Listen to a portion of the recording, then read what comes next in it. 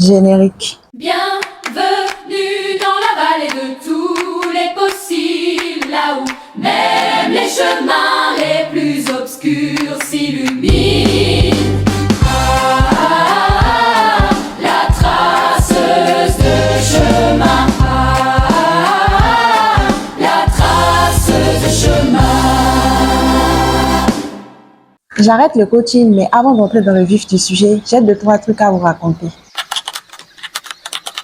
Si tu me découvres, je suis Tilda Godono. À travers la traceuse de chemin, je suis coach mindset et psychologie en développement professionnel. Mais j'ai également plein d'autres casquettes. Je suis ex-étudiante en médecine. J'ai à peu près le niveau licence. Faut pas essayer de comprendre. Je suis également fashion designer de formation, illustratrice mode, designer tout court, écrivaine. Qu'est-ce que j'oublie? Enfin, etc., etc. Tu dois te dire que ça fait beaucoup pour une seule personne. Et c'est justement l'une des raisons qui m'ont poussé à donner naissance à la traceuse de chemin. Le but principal de cette vidéo est surtout de vous faire comprendre pourquoi j'arrête le coaching. Mais on va faire un petit saut en arrière d'abord parce que comme je vous ai dit, j'ai 2-3 trucs à vous raconter. À la base, j'ai commencé à faire le coaching parce que je voulais devenir la personne que je vais adorer rencontrer sur mon chemin. Pour ceux qui me suivent depuis un certain moment, vous savez que j'ai arrêté la médecine en 3e année et que ça a été une période extrêmement difficile pour moi. Et entre le départ de la médecine, donc en 2020-2021, jusqu'à aujourd'hui, j'ai traversé des périodes extrêmement difficiles pendant lesquelles j'aurais adoré rencontrer quelqu'un qui m'aurait aidé à mieux me comprendre et à mieux comprendre également ce qui m'arrivait, histoire de m'aider à sortir la tête de l'eau. J'ai pas eu cette possibilité et à travers la traceuse de chemin, je me suis donné pour mission de devenir cette personne-là pour les gens qui traversent des situations similaires, même si c'est pas exactement pareil. Et à ma plus grande surprise, dès que j'ai lancé la traceuse de chemin, j'ai été sollicitée par pas mal de personnes et même si toutes les sollicitations n'ont pas abouti à des accompagnements, j'ai pu accompagner plus de 10 personnes. Et je vous cache pas qu'au début, j'étais un peu découragée par les coucou bébés, coucou beauté et tout parce que j'avais la sensation que le message que j'essayais de transmettre ne passait pas. J'avais la sensation que les gens étaient beaucoup plus concentrés sur le fait que je suis une femme. Vous allez avoir l'impression peut-être que là, je digresse, mais c'est une réalité que nous, les femmes, on rencontre beaucoup. Donc, les meufs, vous n'êtes pas seules, hein, on vit tout ça. Certains accompagnements duraient plus que d'autres, mais le point commun de tous ces accompagnements, c'est que mes clients revenaient en me disant que ils étaient satisfaits des séances que nous avions faites.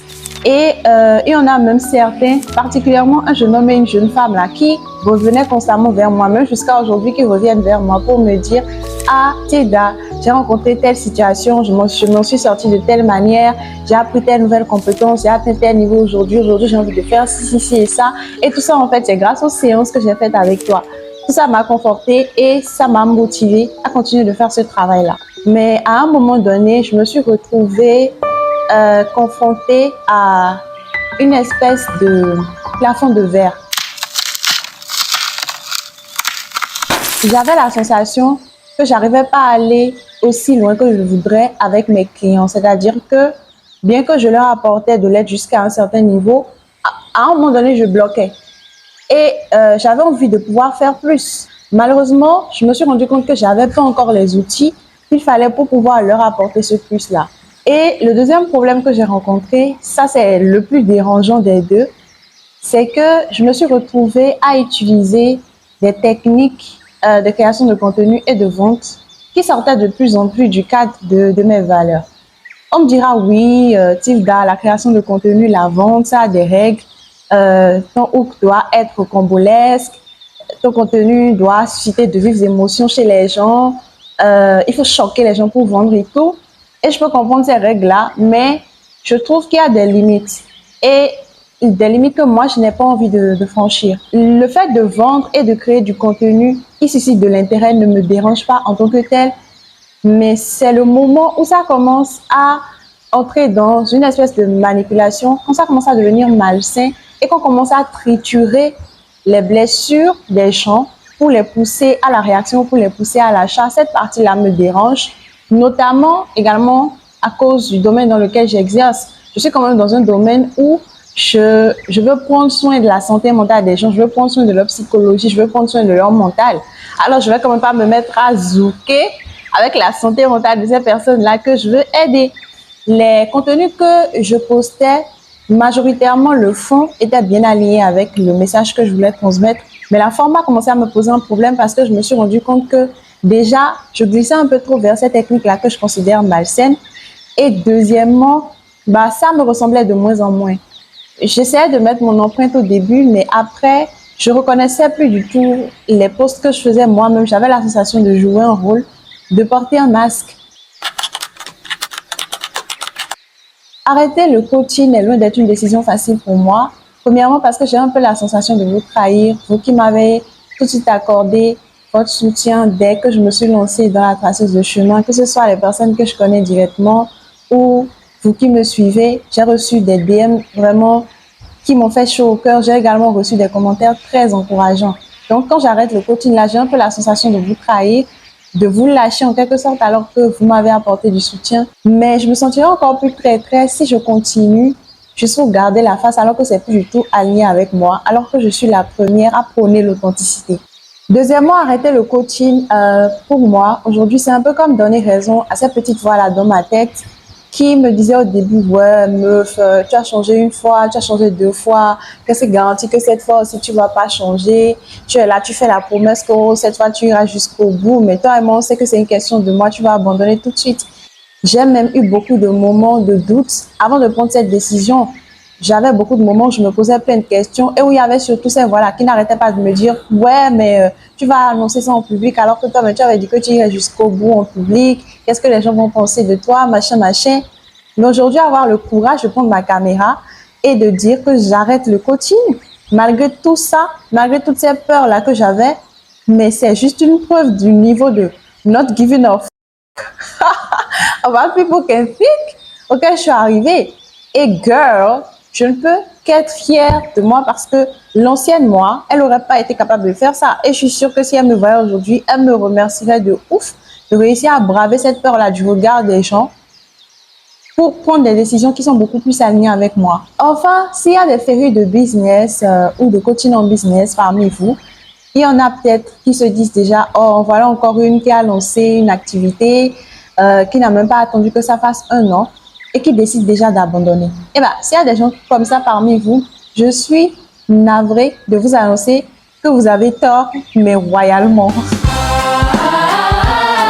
Si j'ai bien structuré ma vidéo, normalement, vous avez compris que c'est un peu une décision temporaire. C'est un peu comme une pause. Est-ce que j'ai bien structuré ma vidéo ou pas? En fait, la traceuse de chemin ne meurt pas. Elle est juste en train de transitionner de sa phase embryonnaire à sa phase fœtale. Il fallait bien que l'étude de médecine que j'ai fait là serve à quelque chose.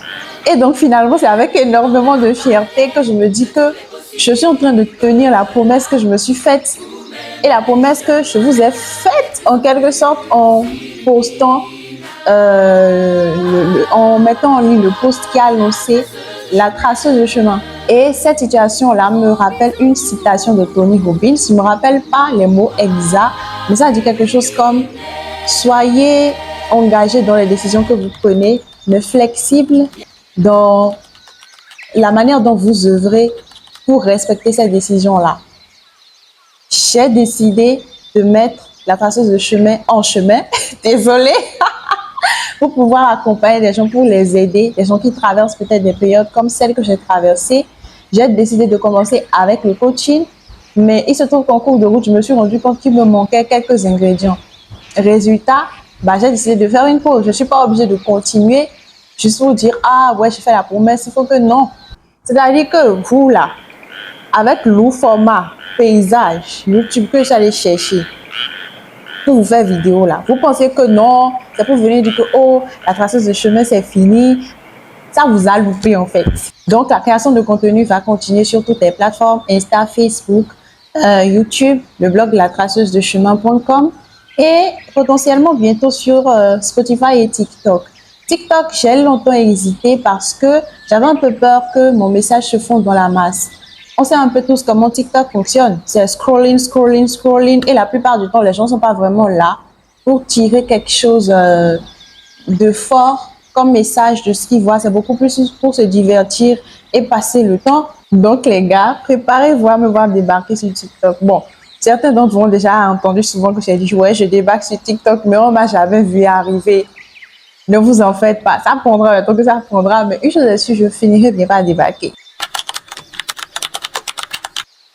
Est-ce que la traceuse de chemin va reprendre avec les séances de coaching?